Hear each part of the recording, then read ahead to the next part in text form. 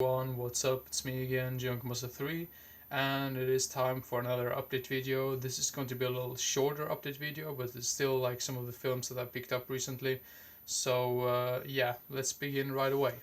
First up, we're gonna begin with the TV series, which I only heard good things about. This is like an anime TV series from the early 2000s called Gunn Grave.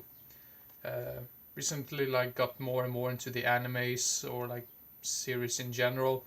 Um, so yeah, I've had like Helsing in my collection for quite some time now. I'm not sure if it's the original series because there's apparently like an ultimate which I actually have, so that might be like some other version or something of the older series. But Gungrave is a series that I seems to be really cool, like a revenge type of deal. So yeah, Gungrave. And then we have some horror films right here. First up, we have a film called Deadly End. This was basically a blind buy. Feels like it's some sort of road trip horror film. It can be so wrong because I had barely like read anything about it. I just picked it up because, um, yeah, because it sounded sort of interesting. Because I'm a big fan of road horror films in general. So some of those can be really atmospheric and really tense. So yeah, Deadly End. Then we have a film which I might have had before, but I think that was like a maybe a cut version or something like that. So I was like, well, I need to pick this one up because I remember that I think I quite enjoyed this film. So yeah, the film is called Stay Alive. Apparently, it's about some people playing like a video game or something, and if you die in the game, you basically die in reality. Um, I think that was like the premise of this film. I don't remember if that was really the case in the film or if that was completely true because I believe there were some plot holes in this which doesn't really make any sense. But then again, this was like ages since I saw this one, so I need to rewatch this. So yeah, Stay Alive. I think this came out in the mid 2000s. Yeah, 2006. So yeah. Then we have a film which is supposed to be better than the first one, but then again, it doesn't say a whole lot of much because the first one is considered by many as one of the worst horror films of all time, and that movie is called The House of the Dead by Uwe Boll. I have that film in my collection, but I haven't watched it yet. But this is supposed to be a little bit better, and yeah, House of the Dead 2, Dead Aim.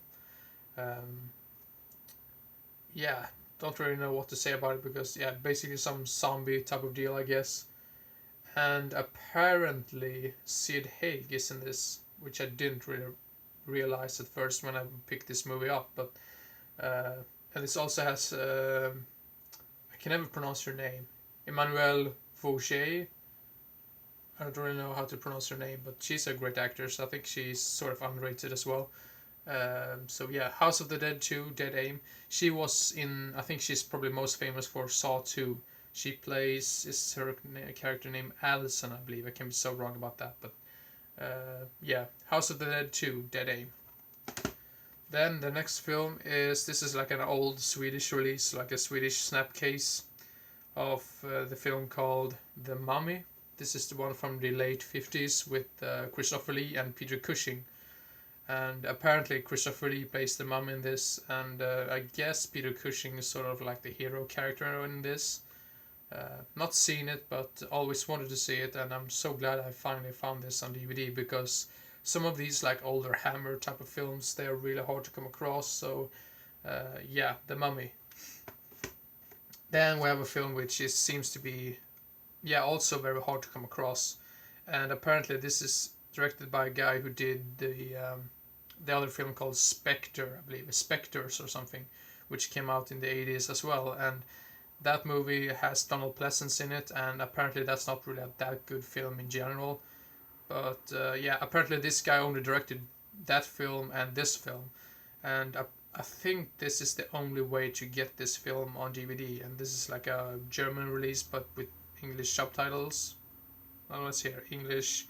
No, with English language. Sorry, I completely lied to you there. But Maya, not really sure how to pronounce it, but I really love this cover art. Just look at that; looks really amazing in my opinion. Um, and this is from the late 80s, I believe, and this was like the last film that director ever did. So yeah, but Maya looks awesome. Then we have some action films as well.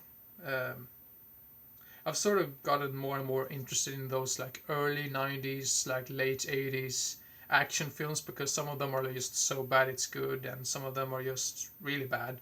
But then we have The Human Shield with none other than Michael Dudikoff, who played the American Ninja in part 1, 2, and 4, I believe. I don't think he was in the third one or the fifth one, but yeah, anyway.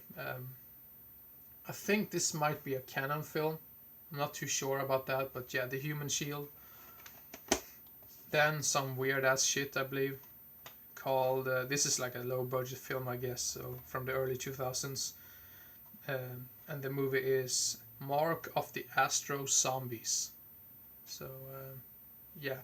Then again, I might be like really wrong about this, but because I feel that I might have already showed you this film in some of my other update videos. So if that's the case, well, that's how it goes sometimes.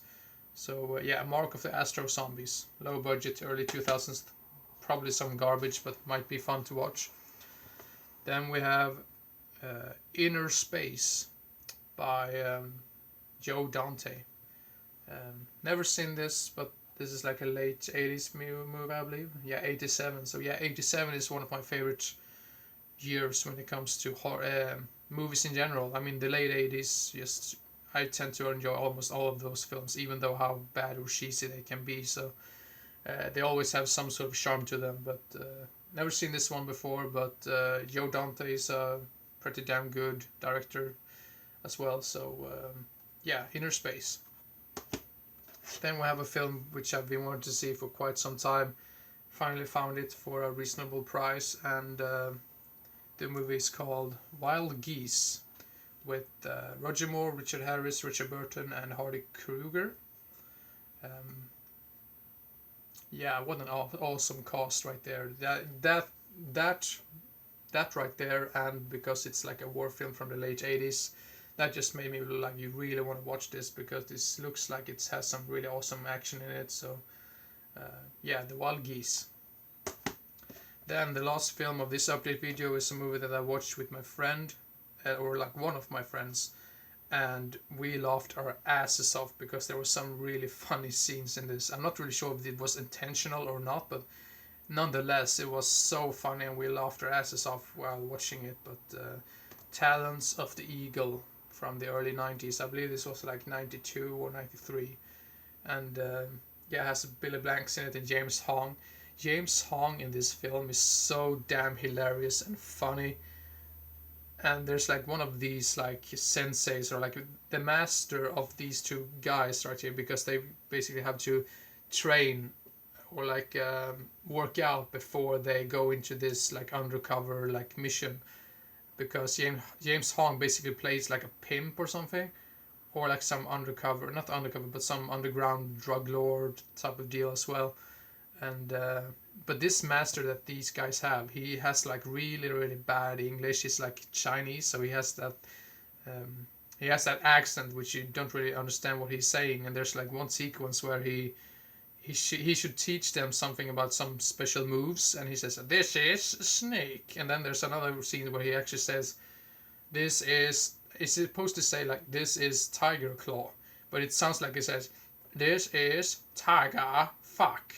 So it was just so hilarious and so funny. So now I feel like I'm sort of like spoiled the entire film of this. But Talons of the Eagle, if you like your cheesy 80s, early 90s horror, action films in general, go check this one out. This is hilarious. This is a must watch if you like cheesy, entertaining films in general. So yeah, Talons of the Eagle.